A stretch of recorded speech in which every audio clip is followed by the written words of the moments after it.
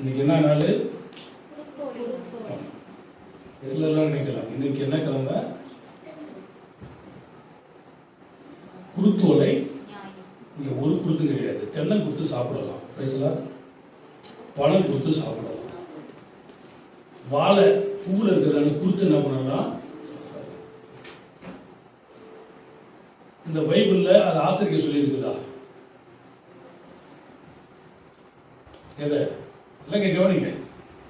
ஒரு முக்கியமான ஒரு நிமிஷம் உங்களுக்கு சொல்ற, புரிச்சுக்கணும்.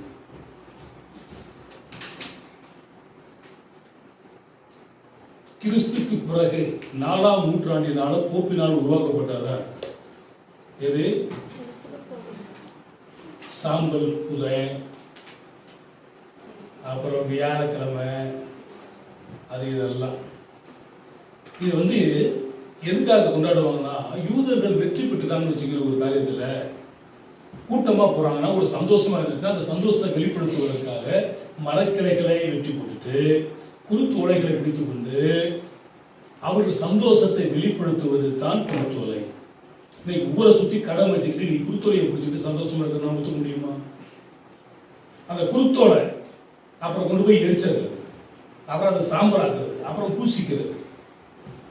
வேலை சொல்கிறது உனக்கு சாம்பலுக்கு பதில், அப்புறம் நீ ஏன் அதை கொண்டாடிட்டு இருக்கிற?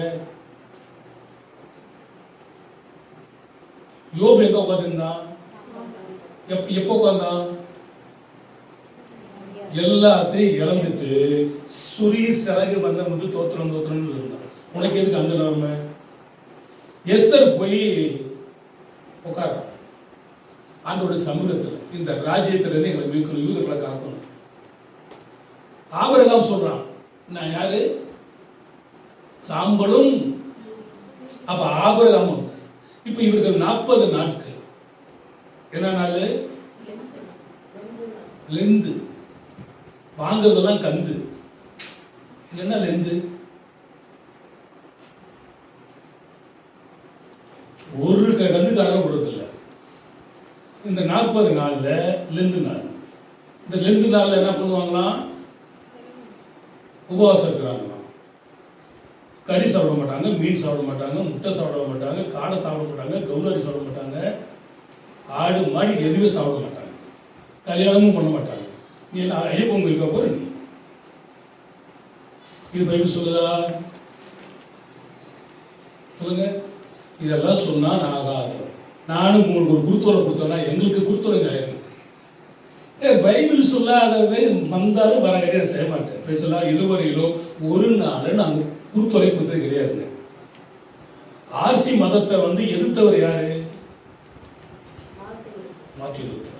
அப்ப மார்ட்டின் லூத்தர் வந்து அதை ஏத்துட்டாரா இல்லையா? ஏத்துக்கல. இதெல்லாம் ஏன் புறமானது சரின்னு எதிர்த்து நின்றவர், கிறிஸ்தவருடைய மறுமலர்ச்சியின் தந்தை. அப்ப அவர் சொல்லாததை எதுக்கு நம்ம எடுத்துக்கணும்? இன்னைக்கு ஆவிக்குரிய சபைகளும் குருத்தோலை பிடிச்சிட்டு போயிட்டு வந்துருக்காங்க. இதெல்லாம் பைபிள் சொல்லாத காரியங்கள். சரி, பாச ஓசனாவை பத்தி ஒண்ணு சொல்லி காரஞ்சாலமா எடுத்து வச்சிருக்கிறேன், உங்களுக்கு நேரம் இல்லை. இதுக்குள்ள ஓசனா பத்தி ஓசனா இல்லைன்றது. ஓசனா என்னன்னா, இப்பொழுதே ரட்சியும் என்னை காப்பாற்றும் தான் அதனுடைய பொருள். நம்ம கதை காப்பாத்துட்டோம். அப்புறம் ஓசனா பாடலாம். அதனால அல்லேலியா பாடுறது, ஓசனா பாடுறதெல்லாம் ஓகே தான். அதை வந்து பிடிச்சிக்கிட்டு பாரம்பரியமாக அது கொண்டாடுறதெல்லாம் வேண்டாம், நமக்கு தேவையில்லை. நீங்கள் கர்த்தரை நோக்கி பாருங்க, நீங்கள் விதைக்கிறத அருங்க, கர்த்தரோட ஆசீர்வதிக்கட்டும். இங்கே போயிட்டு எங்கள் சபையில் என்ன கொண்டாடல சொல்லுவீங்க? அப்படி கொண்டாடணும்னு சொன்னால் நீங்கள் எனக்கு என்ன பண்ணணும்? வேதத்தில் வசனத்தை காட்டணும். இப்போ 40 நாள் உபவாசம் முடிஞ்ச பிறகு அப்புறம் என்ன நடக்கும்? இயேசுநாதர் 40 நாள் உபவாசம் இருந்தாரா? முடிஞ்ச பிறகு வாழ்ந்தாரா? செத்துட்டாரா? இவன் 40 நாள் முடிஞ்ச பிறகு இப்போ வெள்ளிக்கிழமை என்ன கொண்டாடுவான்? சொல்லுங்க. 40 நாள் என்ன பண்றான்?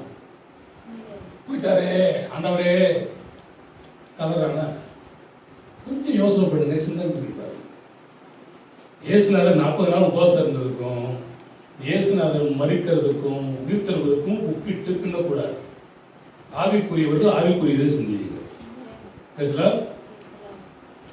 விக்கிரகத்துக்கும் நமக்கும் ஆவிக்குரியவனுக்கும் பேர் கிறிஸ்தவனுக்கும் பாரம்பரிய கிறிஸ்தவனுக்கும் ஆவிக்குரியவனுக்கும் நீங்க யாரா இருக்கணும்? மாம்சத்துக்குரியவர்களாக இல்லாமல் ஆவிக்குரியவர்களாக இருக்கணும். ஆவிக்குரியவர் தான் குருத்தோலை எடுத்து போக வேண்டிய அவசியம் கிடையாது. தோணும் உங்களுக்கு குருத்தோலை ஆயுது குருத்தோலை அப்படின்னா அதெல்லாம் இங்க வேலைக்கு ஆகாது.